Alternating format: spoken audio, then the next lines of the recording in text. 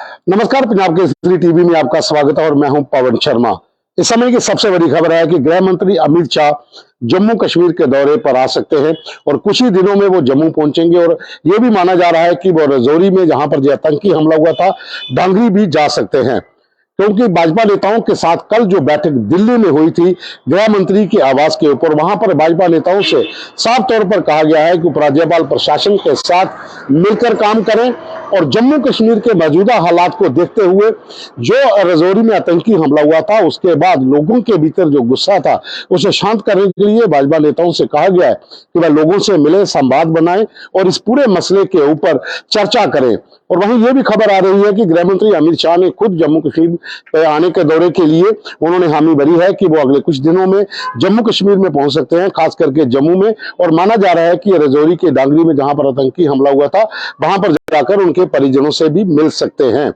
भाई, दूसरी बात यह है कि जम्मू कश्मीर के भाजपा नेताओं के साथ जो बैठक दिल्ली में कल हुई थी उसमें साफ तौर पर यह कहा गया है कि जम्मू कश्मीर के भीतर जो विकास की परियोजनाएं चल रही हैं, वो चाहे टूरिज्म इंडस्ट्री की हो, उद्योग जगत की हो, जहां पर दूसरे जो सेक्टर्स हैं, रोड्स हैं, बिल्डिंग्स हैं, हाईवेज हैं, जो भी प्रोजेक्ट यहां पर चल रहे हैं वो लोगों तक काम पहुंचने चाहिए कि यहां पर मोदी सरकार किस तरह से काम कर रही है और उपराज्यपाल प्रशासन के साथ मिलकर यह काम किया जाए और लोगों तक पहुंचा जा सके। क्योंकि आने वाले दिनों में यह माना जा रहा है कि विधानसभा के चुनाव भी हो सकते हैं, पंचायत के चुनाव भी हैं और नगर निगम के चुनाव भी नजदीक हैं। तो इन चुनावों के मद्देनजर एक जो रणनीति थी उसके ऊपर बात करने के लिए वहां पर जो बैठक हुई थी उसमें यह कहा गया है कि सभी लोग जो हैं वो एकजुट होकर उपराज्यपाल प्रशासन के साथ मिलकर लोगों से संवाद करें, उनके बीच पहुंचे, जो विकास की परियोजनाएं हैं वो उन लोगों तक पहुंचाई जाएं। और साथ में यह भी खबर आ रही है कि जो यहाँ पर प्रदर्शन हो रहे हैं वो चाहे कश्मीरी पंडित कर्मचारियों के हो या रिजर्व जो कर्मचारी हैं, रिजर्व एम्प्लॉय जो कश्मीर में काम कर रहे थे, यहाँ पर जो कैटेगरी बेस्ड कर्मचारी थे,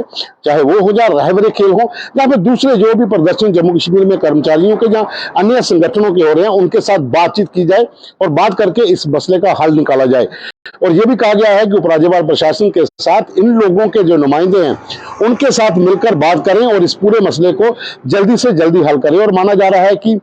कश्मीरी पंडित कर्मचारियों का और साथ में रिजर्व बेस्ड जो कैटेगरी कर्मचारी हैं उनका भी मसला जल्दी हल हो सकता है। और उसके संकेत कल जो बैठक दिल्ली में हुई उसमें साफ कर दिए गए हैं कि जितने भी प्रदर्शन जम्मू में इस समय चल रहे हैं उनके नुमाइंदों के साथ बात करके इसका हल निकाला जा सके। खास करके जम्मू कश्मीर के भीतर इस समय जो स्थिति बनी हुई है वहां पर सुरक्षा की दृष्टि को देखते हुए जिस तरह से बीडीसी को रिवाइव किया जा रहा है, सीआरपीएफ की अतिरिक्त टुकड़ियों को तैनात किया गया है, वो चाहे रजौरी के डांगरी इलाके में हो जहां पर सीमावर्ती इलाका हो। और बीडीसी को जो अत्याधुनिक हथियार देने की बात हो रही थी जिसमें एसएलआर राइफल्स हैं, फिर दूसरी राइफल हैं वो उनको दी जा रही है, उनकी ट्रेनिंग भी शुरू हो चुकी है और उन इलाकों में ज्यादा फोकस किया जा रहा है जिन इलाकों में आतंकी हमले की आशंका है, क्योंकि सीमा पार से लगातार घुसपैठ की कोशिशें हो रही हैं और सीमावर्ती इलाकों में एक हाई अलर्ट जारी किया गया है। बीएसएफ और भारतीय सेना को अलर्ट मोड पे तो पहले ही थी, लेकिन अब ज्यादा हाई अलर्ट किया गया है कि इन दिनों में घना कोहरा है और कोहरे की आग में घुसपैठ की कोशिशें